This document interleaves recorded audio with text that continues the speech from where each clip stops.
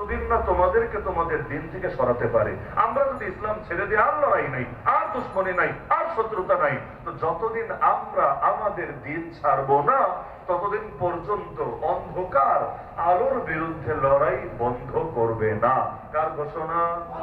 এমনকি আল্লাহ আরো স্পষ্ট বলে দেখি সূরায়, ওয়ালান তারযা আনকাল ইয়াহুদ ওয়ালান নাসারা হাত্তা তাত্তাবিআ মিল্লাতাহুম। যতই ভালো হয়ে থাকো, যতই উত্তম চরিত্র করো, যত যাই কিছু করো, এই ইহুদি খ্রিস্টান ইসলামের দুশমনরা কোনদিনও তোমাদের উপর সন্তুষ্ট হবে না যতদিন না নিজের ধর্ম ছেড়ে ওদের ধর্মের অনুসরণ শুরু করো। তো যার কারণে আল্লাহ যেটা বলেছেন, নবী যেটা জানিয়েছেন, এর ব্যতিক্রম হওয়া সম্ভবই না। নাকি আল্লাহ ভুল জানান? নাকি নবী আমাদের ভুল তথ্য দিয়েছেন? প্রশ্নই আসে না। আমাদের করণীয় কি?